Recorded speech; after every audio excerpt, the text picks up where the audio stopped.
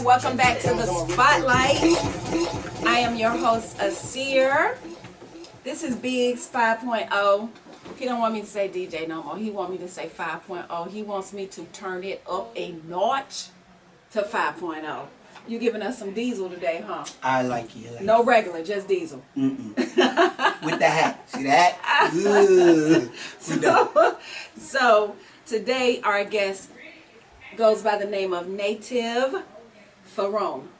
Correct? How y'all doing? You have to speak up and speak into How the you mic. doing? How y'all doing? How y'all doing? Correctly. All right then. Okay, so we have a lot to cover, so we're going to get right into it. First of all, tell the people who you are and where you come from. I'm originally from Dania Beach, Florida. A native out of Dania Beach, Florida. Fell in love with Atlanta. I currently reside on the north side, to be exact. But more so than anything, this is completely about the people, directly about the people, man. So we just gonna, open up a little knowledge for the room tonight and see where we go with the show, pretty much. Okay, so like I said, I talked to this brother and he was so deep with it. He reminded me of the conversation we had with Professor Griff when he was here. So I thought it would be good to have someone from a younger demographic to be able to come in and be able to put another spin on that same knowledge, and open up the floor for anyone who wants to call in at 404-751-5062 to join in on this conversation, because he was enlightening me. And like I said, I felt like I had to go back and pull out some history books. Maybe it was taught to me and I didn't pay attention to it. Sometimes that's what happens when you're not ready to receive the knowledge. Then you just don't hear it. It goes over your head. But when you're seeking the knowledge, it's amazing how it just starts coming to you from different directions. So one of the things that I wanted to talk to him about is, let's start with the basics. And that was the United States versus America. When you say the Pledge of Allegiance, you pledge allegiance to the United States of America. The implication that it is two entities. So I wanted him to break that down to someone who may not necessarily peep that. Basically, like just going up under like the might be so to say like the U.S. citizen status. It's sorry about that, y'all. Sorry about that. Just a little. So like that's basically like what I was saying, like the U.S. and America. And one thing that we've forgotten is that we forgot that we pay the U.S. for services in aid to provide to America, to be exact. So like we don't understand right now in this day and age economic status and how that applies to like mass incarceration, driver's license, even our own selves. So like the title of what I was doing is basically securing the bag is what we're getting into. You have to understand the economic status of. So let me hold right there, because I want to, that phrase, he calls it securing the bag, Right. Whereas a lot of us hear it in the rap songs and we're just saying it because it sounds cute in the song. They say get the bag, and not secure the bag. I heard, didn't she say in her song, she secured the bag? So anyway, securing the bag, getting the bag, you got to get the bag first, and then you got to secure the bag. So the bottom line is, when he's breaking it down to you, it's not just a phrase in a song. It actually goes deeper than that, and that's what I wanted him to explain. Right. So like really before we like get into like the United States and all of that, is like without knowing yourself is like no open doors in a lost room, to be exact. A dark room. You got to know yourself, and the bag is yourself. Getting the bag is getting to know yourself. So that's the first thing. You got to get to know yourself. You got to understand yourself. You got to know what's right and what's wrong, because other than that, anybody could apply that to your life and tell you what's right and what's wrong. Before you even can deal with citizenships and status and all of that, you got to know yourself at the end of the day. And that's what we're dealing with. We're in times where people are lost and confused and don't know themselves at the end of the day. So that's the main thing. That's the bag talk tonight. The bag talk is securing yourself. Every investment that you got going on right now, everything that's happening right now, you gotta educate yourself, further your knowledge. Don't stop learning after college. Don't stop learning after high school. You gotta remember you learned the process of books and all of that, but have you learned the process of yourself? Do you know yourself?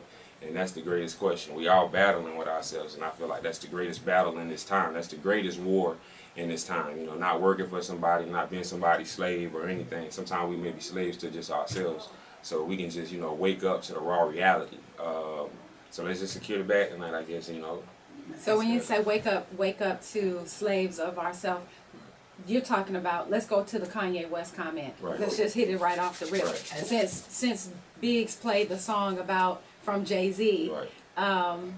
Keys. the keys, Right. which is, you know, Right. DJ Khaled. Right. Yes, I knew that was DJ Khaled, not Jay-Z. Jay-Z was on it. Right. But anyway, so when we talk about slavery, you Right. said that you agree with Kanye West. There was a lot of people that was very upset with Kanye for Right. making that comment. Right. However, Ever. however, I like that word. you know, you in this society, you agree to disagree. Right. So go ahead and give your like, spin on it. we keep trying to, the way I feel like, you know, after coming out of these hardship situations myself, I feel like we keep trying to justify oppression.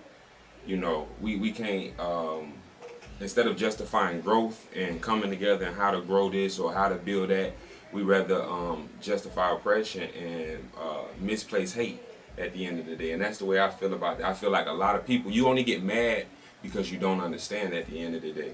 You know, so what I'm saying is that there are people who have been enforced throughout life. You know, there's no what was going on back then is no different to what's going on now. You That's know, the so point. that's the It didn't timeline that stop. and I feel like that's the timeline that we got to catch up to right now.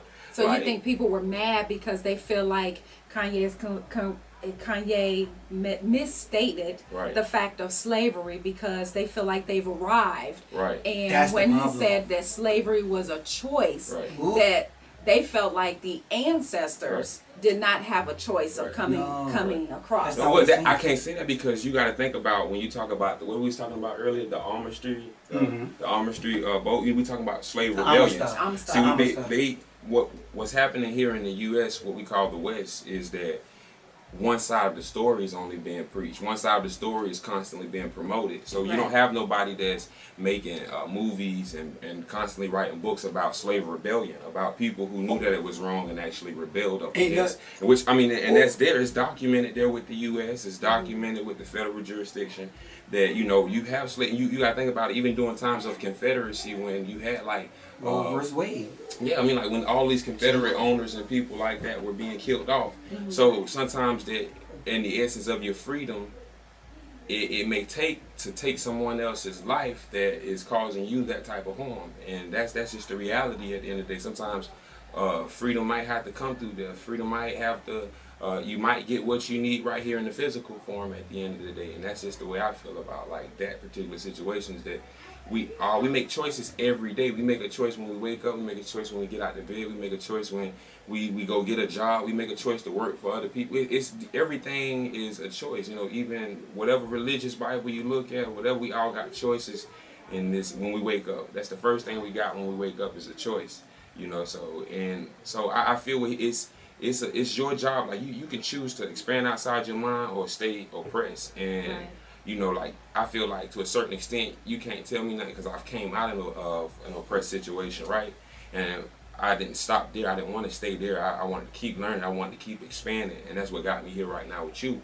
Kind of, you know, expanding now, getting this, you know, getting our message out there, telling our story, and you know, we just expand from there. And that's just, you know, and I agree with Kanye. A lot of people say that we always say that somebody's crazy, but people are only crazy because we don't understand them. People don't get mad because we don't understand. But if we were taught, these are things that, you know, we're bred on. You gotta be able to talk to people and expand from their concept, my concept, and then we say agree to disagree or whatever. But at the end of the day, the way you think don't affect me unless I put you in that position.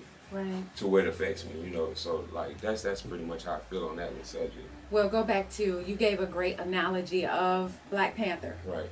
when he said the comment of, I'd rather jump in the ocean with my ancestors than to stay oppressed. Right. And I remembered in the movie, everybody clapped in the movie when he said that, and that was like one of the most quoted phrases. People not gonna But do it. when Kanye said something really similar, that technically what he was saying was the same thing. It was a choice. I have a choice to stay here and be oppressed, or leave, or do what I gotta do to not be oppressed. Right. I mean, like, a lot of the people here, like, what's been, you have to, like, it's kind of almost like mental slavery more so on the lines of what's going on, because what you have is you have knowledge from the 1900s, the 1800s, right?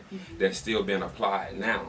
And my generation, so on to say, and I'm not going to say that what nobody don't know or whatever, but you can see that the actions behind everything, so on to say that we don't understand how these certain things apply. Like, we can say all day what slavery was, this, that, and the third. We can say all day about that, but like I said, we can't expand outside that and say, well, you know, who created this or who created that, or what doctor healed this or what doctor healed that. And I just feel like that's what's being taught with this media. I just feel like that's what's been taught right now in this society, so on to say. Like, when you understand the structure of a society, you understand that a society chooses what it wants to promote at the end of the day. So you think about it, you know, you can't export Cuban cigars, right, into the United States. Or maybe you can now get those goods, but you know, before you couldn't used to do this. So what I'm trying to say is that you have people that has this type of control on what gets to be seen. What, you know, and we all know this. We know this beyond multiple levels. And that's one of the things I like about our platform is because we have the power to choose. We're not on mainstream where someone is controlling what is mass populated to mass produced to the population to say, okay, I'm going to do this interview and I'm going to cut this part out of the interview because I don't want this select amount of people that demographically we know are watching our show to see this. And that's the essence of knowledge and controlled knowledge and compressed knowledge at the end of the day. You know, like, that's the beauty and the energy of it. You know, like the man who controls it, you know, controls the society too, to a certain extent. So, like, think about it. If the federal school system, right, they have a set standard to go by of what needs to be learned, the language, art, math, science, all of the above. So therefore, your information even is controlled as far as preschool and on up. So what you learn is necessarily what somebody else give you, and what has not been taught throughout generation as well, ourselves. Our parents are, because, like, you gotta always think there was a time where we were enriching in this particular system, in these particular systems, so on to say. But when a particular people do better than those who've created, you know, their own system, so on to say, we can't have that. So you gotta think about it. It's all about a dysfunction. It's all about a dysfunction. It's about society dysfunction, culture pollution, so on to say. At the end of the day, so like when you. It's definitely expansion. Like me, I wanted to learn this, so I expanded. A person got to want to learn this at the end of the day. Like, I could talk about this all day long, which I have been talking about it all day long. But you know, it's something that you got to want to learn, build, and grow on. You know what I'm saying? So don't nobody literally control nobody physically anymore. But from the information that I apply to your mental as you grow or as you go on, you know, gives me that type of control over you. You know what I'm saying? So that's another thing we was getting into. Like, when an officer pull you over at the end of the day, are you driving or are you traveling at the end of the day? You know, and these are two separate things, because you can't tell me that I have to go conduct the business every time I leave outside my door. Some days I'm just going out to chill. Some days I'm just going out to be about my ordinary course of life, not to conduct business all the time. But that's a whole nother conversation. But you have to know securing the bag, right? You have to know the difference, right? In driving versus traveling, so that you are aware of the difference. And most of us say, "Well, I'm traveling to Louisiana," but and then some people say, "I'm driving to." You're right. They do ask you. They ask you the question. They do ask you the question when you get pulled over. They do ask you the question, "Where are you traveling to?" They say, "You didn't drive, yeah." That's just like the whole essence of. Now we can go over now. Well, explain that to them about the difference in the driving and the traveling. I'm gonna get into it right now. So, like, how it works though. How it works is the difference between driving and traveling. Okay, so when you think about it, all agencies you have to go through an agency to get a driver's license first and foremost. Right. You have to go through the DMV, right?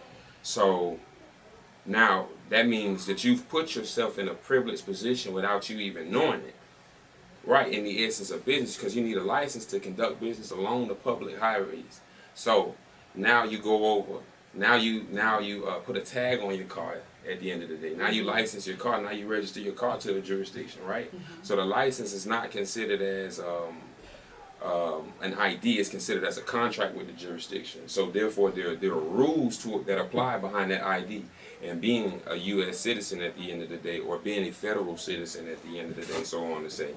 So and we can go all the way back as far as, like, well, not even far as back, but we're going to say the District of Columbia. You know what I'm saying? When we say the District of Columbia, we say Washington, D.C., and then we break that down, federal jurisdictions. And then from there. Well, while you're talking about Washington, D.C., let's talk about the 1/4 of land that is considered what? Washington, D.C., right? Oh, we're talking about U.S., United States versus America. It's considered as it is considered as its own sovereign entity. Right. It is considered as that. It's its own independent jurisdiction. Yeah. Because remember, like I told you, Washington has a mayor and a president at the end of the day. Yes. So, and we know that presidents is only used as, like, in corporate terminology, as corporate words. There's a president to every business. That's like climbing the ladder, right? So when we go back into, like, driving and traveling, you know, that's a part of your, well, even when I use the word liberty, you know, that's a part of your fundamental rights, from your creator all the way down to just the milestone of your basic government at the end of the day. Majority of the time, I want to say 85% of the road is traveling, going about the ordinary course of life, and the other, I dedicate that to the business that's being conducted along the public highways at the end of the day. So it's important to know that it's entrapment of contract first and foremost, because the DMV don't tell you that you have the right to travel. But if you go inside there and ask them, they'll tell you, oh, hey, yeah, you do have the right to travel. But you hear them say it very quietly, too, at the end of the day.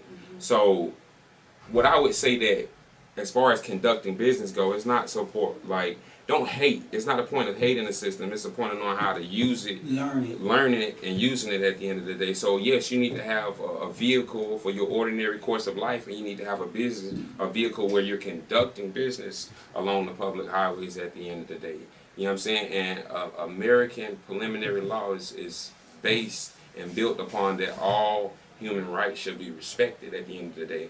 So the first 10 amendments to every constitution is the rights that are granted to you for becoming a U.S. citizen, so on to say. But somebody like me, you know, I don't see jurisdictions, I don't see states, all of that. You know, I see the land, and I see the people on the land, and, you know, I see, you know, the people prospering on the land, but then also I see, you know, the negative energies that come with it too.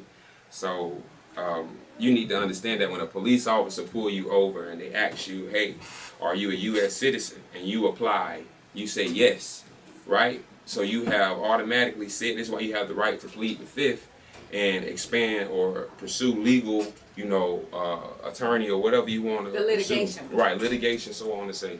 But when they get that ID in their hand and they say, oh, yes, you're a U.S. citizen, and you say, well, hey, I ain't do nothing wrong. That officer, with that ID and you acknowledging the simple fact that, you know, your signature is everything. So, but you acknowledge it at the end of the day. You know, and that's what it come down to. You acknowledge it. You went and got that ID, and they feel like, hey, well, hey, we have the right to pull you over. We have the right to figure out whatever going on in your taxable car. All of the above, because you have a contract with that jurisdiction that you pretty much don't understand at the end of the day. So, like me, this is why we use the term native to the land at the end of the day, and native man at the end of the day, or we say native black man at the end of the day, because we state a people that's been natural born to this land, a people that's been here at the end of the day.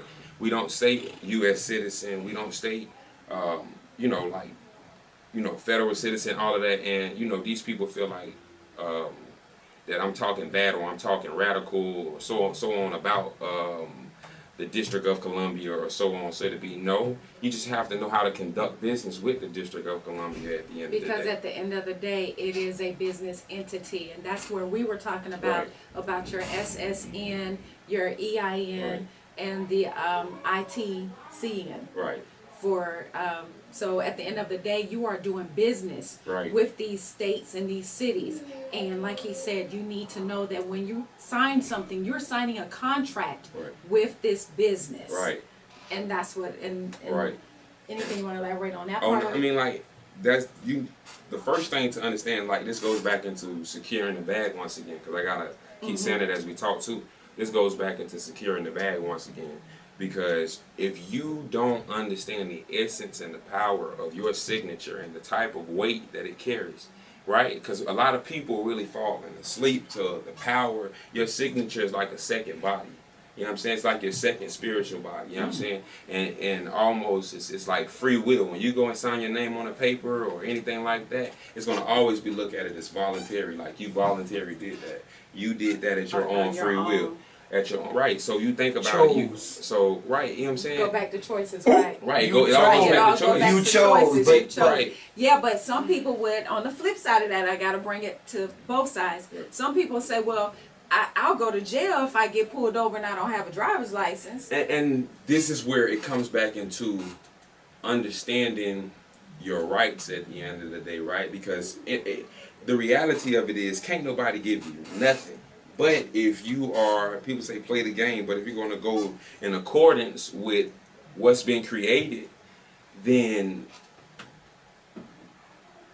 it's more along to say that you pretty much have. That's not a choice then. If I have to get a driver's license you don't have to though. That's the whole thing. It's still completely voluntary at the end of the day. So if I'm driving down the street and I get pulled over by Mr. Police Officer, who you call a mercenary, but we'll get back to that later. Yeah. But if I'm driving down the street and the police officer pulls me over and he asks for my driver's license and registration, and I said, well, you know what? I decided not to sign the contract. Then. I mean, well, there's laws to go by though. At the end of the day, like I say, it's only so much I'm gonna give y'all in this radio conversation. But knowing your right, whether you agree or disagree, we'd like to hear from you. Also, we want to let you know too, if you have any questions, comment, concerns, if you're interested in being a guest on our show, email us at spotlightradioatl@gmail.com. We would love to hear from you. And this is an open platform. Like I said, if you're in an entertainment industry, if you have a message that you want to put out there, if you're looking for sponsorship, we'd love to have you. Email us at spotlightradioatl@gmail.com and follow us on our social media platforms, Spotlight Radio ATL. We are going to get back into this conversation with Native Pherome. And I had to ignore that. I just heard my DJ burp, and I wanted to just do like this and stretch my arms like Stretch Armstrong. Some of you might not know who the hell that is, but that is the person who can stretch their arm like I wanted to just pop them upside the head like your grandmama did when she was in church, like kapow. But I had to just ignore that and keep going. But I had to address it because I'm sure you heard it. Anyway, let's get back to this United States versus America. Break that down. I'm saying I pledge allegiance to the flag. I pledge allegiance to the flag of the United States of America. What am I really saying? When they say I pledge allegiance to the flag, oh, I'm sorry about that. One second. When they say something like pledge, like well, I don't pledge my allegiance. I pledge my allegiance to the soil that be. But the understanding of like with it being its own separate entity. Which is it? Which one? The United States, to be exact. Like with it being its own separate entity, because we think it's a togetherness type thing. It could be a togetherness type thing, but it's not a togetherness. It's about an external power, so on to say. That's what I like to call them, the external power that expands in multiple lands. So whereas you have a lot of jurisdictions that were once sanctuary cities. You know, I think it's before 1863, where all Americans were considered as sovereign citizens. So at some point down the line in history, right, I guess between the Reconstruction, and these things so on to say American citizens are now becoming U.S. citizens. You know, and all of this is just through words and contract at the end of the day, and people don't understand. And what happens is that with the United States being a foreign corporation, right? Now, with it being a foreign corporation, what do I mean by foreign corporation? I mean a service from overseas, and all of its officers or any entity that works with it is considered as, if you actually look under the Foreign Registration Act, that all officers must be registered to even arrest you at the end of the day, and notify the courts that they are bringing you back to their establishments, their corporations at the end of the day. You know, it's guidelines, and the U.S. has expanded for somehow its government has expanded in just like this particular way where you really can't understand it at the end of the day. It's so vast, it's so big. Government is just too big at the end of the day. One of the things biblically, it says the people perish for lack of knowledge. So I see a lot of what's going on with our people, from police killings to people in power. Finally, especially African American people of power now being brought down, and a lot of it is we are supporting the bringing down ourselves of bringing down other people. And I'm not saying anything, I say we can't mention his name on our show, but that particular person, we knew that, I mean, you knew back in the day that person was potentially, quote unquote, I'm just going to say assumably, because I can't say, you know, that he is or is not a pedophile, but we heard the rumors of him having married Aaliyah and been annulled. Why wait till now? The Bill Cosby situation, we talked about that. Your people are mad at Kanye West. We're seeing it more among our own than any other nationality. What do you think is the cause of that? That's once again, like that's the essence of a confused people at the end of the day. And that's why we stated the bag, because, you know, most people are into the material, money, yes, the concept of living greater, bigger houses and all of that. And most people don't even understand that we've literally sacrificed our infrastructures, cars, all of the above. Like, they don't even make a car to its best quality anymore, right? But that's a whole nother subject. When a people chooses to let their culture go in the essence for what somebody else has, right? They don't know if this is good or bad for them at the end of the day, but they want, you know, they want this. They see that this looks like the greater style of living. Like when I was coming up, you know, we used to eat rice, tomatoes, onions, and stuff like that every day. We go fishing for our food and stuff like that, and it came to a point where like we accepted Section 8 into our home and stuff like that, right?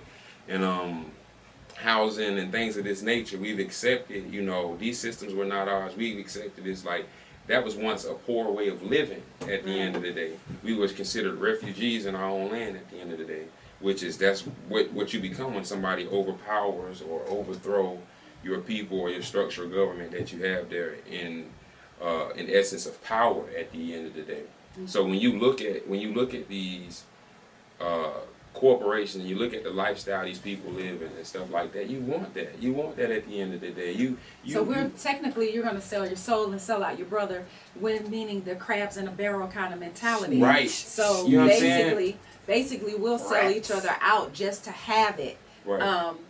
And not care how we get it, just as long as we can look like we have secured the bag. Right. Just like, and you know, when you come to like, I guess when you come to like this wholeness mentally, like you see like your generation being led astray, and that's the main thing that, you know, like I like to focus on. Yes, the culture pollution, like yes, like, you know, there's no way that we can expand or grow in this system if we don't take out the time to literally teach our own. There's no way that we could expect our kids to continue loving themselves when they have to go and look at somebody else or learn about somebody else every day. You know what I'm saying? So like, and then what makes it so beautiful, right, is like the institutionalized of it, right?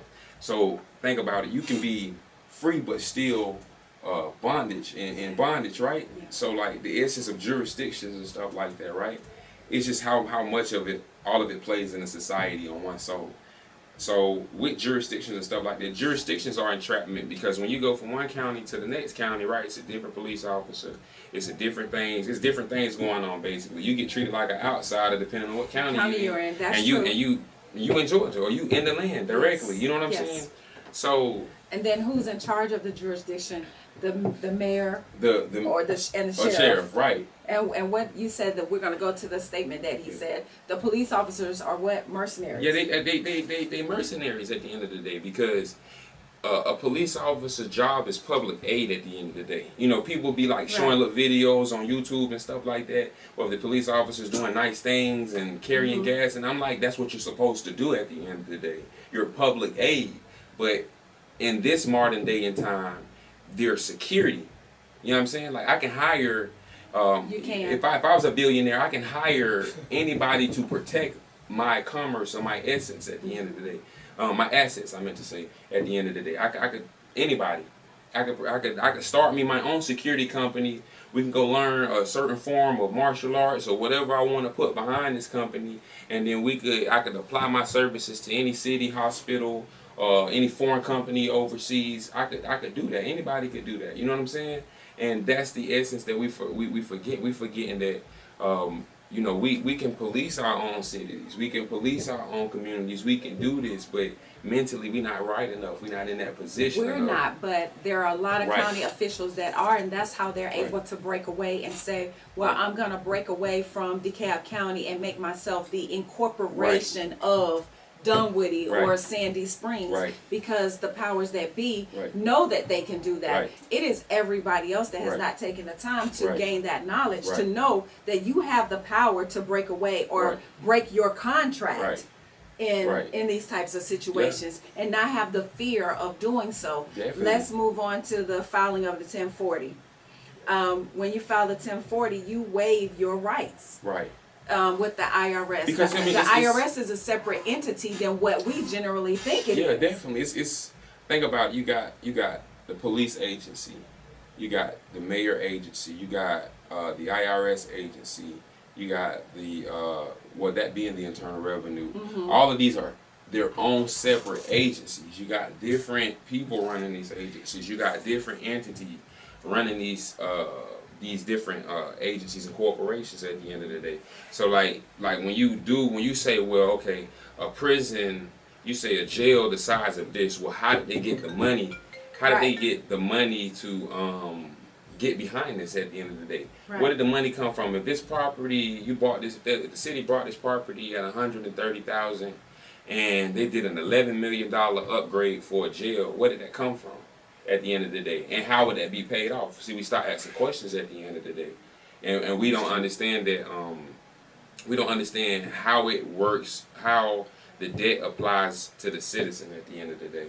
So when you talk about things like the 1040 and tax revenue code, you got to think about them. It's better to study everything in its principle and not its modification or its policy. You know what I'm saying? So when you study the principle of what it was created for and what has changed about it alone, you think about the 1040 was as early as the 1930s. And I think the 1040 was used to purchase military bombs or something like that with it. That was what type of form it was. And so now, how do you convert? The question is, how did certain things convert from a depression like the 1930s to right now? You know what I'm saying? And you got a country right now in a $21 trillion debt, but then you got people with Lego blocks of money in their ear. The subliminal. So Right. that's the funny. It's all funny at the end of the day because it's Basically, it's going back to look at the basics of it. Don't Right. just look at the surface of Right. it, but go deeper than the surface. Right. Don't look at that Kanye West said Right. something about slavery, but Right. go deeper Right. into... Donald Trump gave free game when he said, "I don't pay taxes." You know what I'm saying? He did, and I was He going to gave- say that. That's and- right, he did. And he said that he doesn't even have to reveal his taxes to you. And these are questions that we got to start asking, right? Because majority of us don't deal with law. My drill is not in the law dictionary. We not at Yale. We not in these. You know what I'm saying? We not in how this that. We don't have the hunger for that. A lot of us don't have the hunger for that. But if you look up, you look up why he said that. That should have sparked your mind To go back and look at it. to go back and look at why he said this is what more so than made you mad. Because now the question is, how do I get like this if this could better my life? How do I not pay my student loans back? You know, and it's just sometimes a lot of it just be from the get-go. Think about it. The Social Security states that you're not supposed to use your Social Security number. You're not supposed to give your Social Security number to any agent. That's true. It does To any agency, right? Yeah. But what parents do, they go give it to the hospital, they go give it to the school systems, and then what they do when you look at the credit bureau or you look on your master file in the credit report, then what you see? You see all these different entities using your credit going up and down, all these different things are happening because of this number that you choose to identify you while you're conducting business at the end of the day. You got to remember, all of this is conducting business and channeling resources at the end of the day. Let's get to, and I'm sorry to cut you out problem. because I know the bottom line is what we're saying is don't look at the fact that it was slavery. Right. I mean, you can't avoid that, Right. but look at what was the underlying issue that the oppressor was able to come in Right. and oppress somebody. Right. What was it that made them walk in the room and say, hey, you know, I'm picking you, and you. What was the behind the scenes to all of it? When you're signing a contract, such as, like he said, Right. the DMV, know that you're agreeing with this agency and know to ask Right. questions. I mean, let's get that straight too, though. So anything you sign with the public, is a anything contract. you sign with the corporation, is a contract at the end of the day. So, like I told you, the ID is almost like a second body. Because with it, you can you first and foremost, you can't be denied a job. You can't be denied health. You can't be denied none of this. You know what I'm saying? And this is in your Constitution. This is in your basic Bill of Rights. This is in all of it. But what happens is through paperwork, you know what I'm saying, through strategies of paperwork, is that you give people the access. People feel like you give them the access to do so. So I don't have to physically hang you no more. I can give you I give you a contract. And you're gonna hang yourself. And you're gonna hang yourself at the end of the day. Choices. Yes, choices. Choices. So we're gonna go to, because I'm trying to get a lot in just to kind of make you think, like that old song say, things to make you go to get you to thinking a little bit deeper. We're gonna go to, let's talk about this last thing because it's on my heart to talk about Mr. Tilson. Yeah. If you don't know about him, he was the 22-year-old that was arrested on a misdemeanor charge in Rockdale County. Now, when we started our platform, he was one of the first persons that I gave condolences out to his family, because when I read it, I couldn't understand how you go in jail on a misdemeanor charge and then you don't come back home. It's just, and it happens all over the country. We just don't hear about it because it's swept under the rug and it's hush hush and it's not taken to a higher plateau, because like you said, the family doesn't have knowledge as to what to do in the situation. Right. Let's break down, first of all,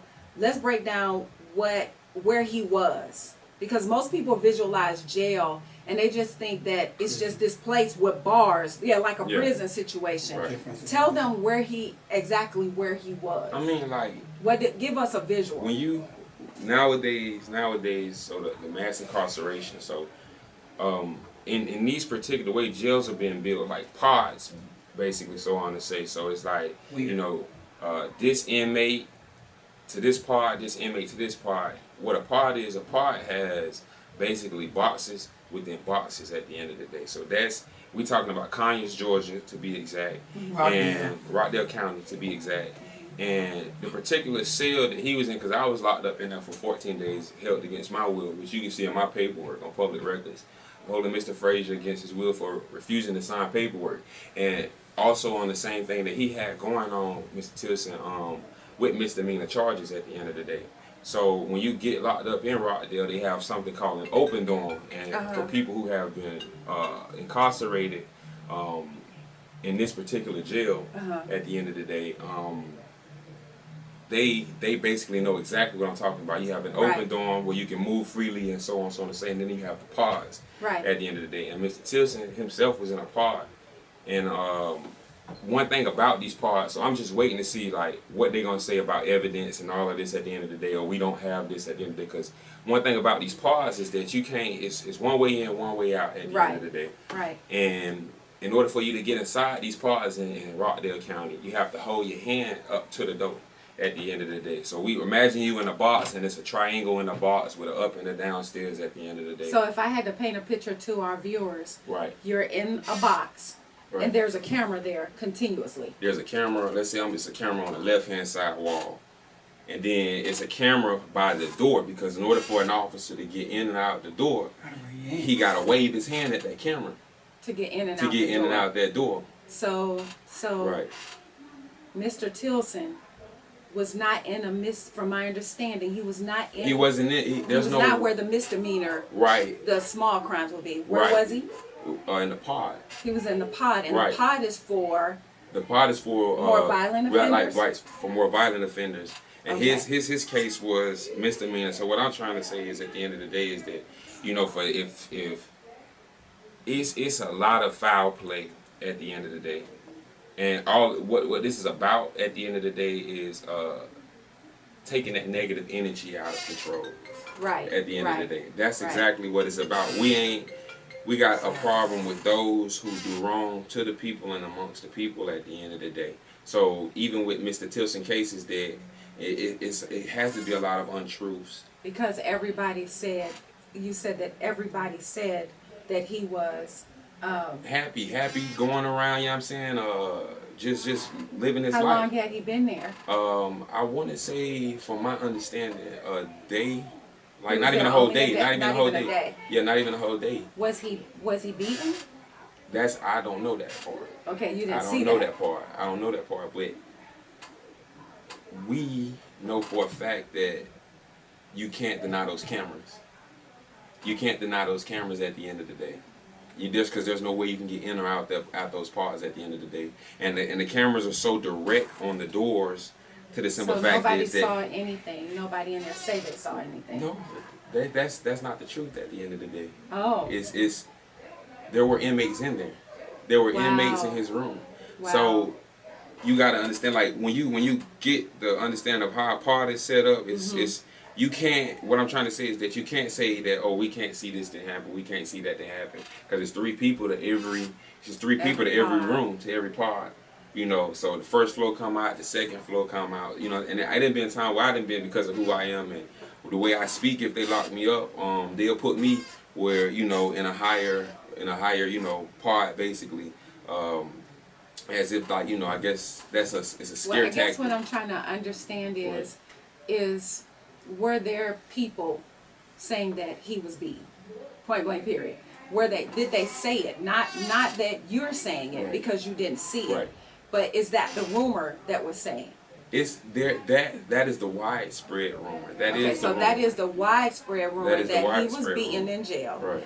And it has taken the coroner of Rockdale County Right. until a couple of days ago Right. to release the body Right. to the family. They didn't even release the no. They haven't? This the whole thing about it. They didn't even, the family wasn't even notified. I think they said they were notified maybe a week after, or no, like 3 or 4 days after his death. 3 or 4 days after his death, they were notified. But nobody. Then they shipped the body off with Georgia GBI. Why would you call in another in-house agency? So the family, he died on the 14th. Right. The family has no answers from anyone. Right. And the report that was given to the mass media was, we don't know the cause of his death. I mean, However, he has not been given to his family Right. as of yet. No, they're actually in Rhode Island right now getting ready for his burial. So when did they get his body? I want to say the beginning of the week. Yeah, so this week, yeah. So But like it's I been said a whole before, month. It's been a whole month. It's So been a like I month and said a half. before, they just kind of Right. got his body. Right. So Because it started and Right. hopefully nothing, gets taken in, but it started to decompose. do you feel it was any foul play? Of course. I mean, like, I am who I am at the end of the day, and of course at the end of the day, because if there was no foul play, then you would have no problem stating that, okay, this would happen, that's what's wrong with it. You know, I can make investigation go on for as long as I want to if I'm in control of it. Right. You know, that's just like you know, the police chief in Conyers, you know, their family also own the morgue. They also own the church. You know what I'm saying? They also own you know, they also the head of. So one thing about life is that, me personally, if I was in the family situation, is that, you know, I would always run my own investigation at the end of the day, and I would have probably called in the feds, because it's not like he was a felony or he was known for killing people or I mean, and that's the whole point, is that they try to make you try to demonize you, and that's what we was getting into about like the Salem witch trials. You know, like, you know, if I could demonize you and make you look this type of way, right? And then I can make you seem this type of way to people who really don't get the concept of the lifestyle that you live on the opposite from theirs. You know, I could make you look any type of way at the end of the day. So the reality of Mr. Tilson's situation is, at the end of the day, is just that you can't, how you gonna take a rightful human being, a spiritual human being that was once living, and take his body and give it to another in-house agency in the state, and not, of course I feel like it's foul play. You know, there's no way that, first and foremost, there's no way American citizens should be dying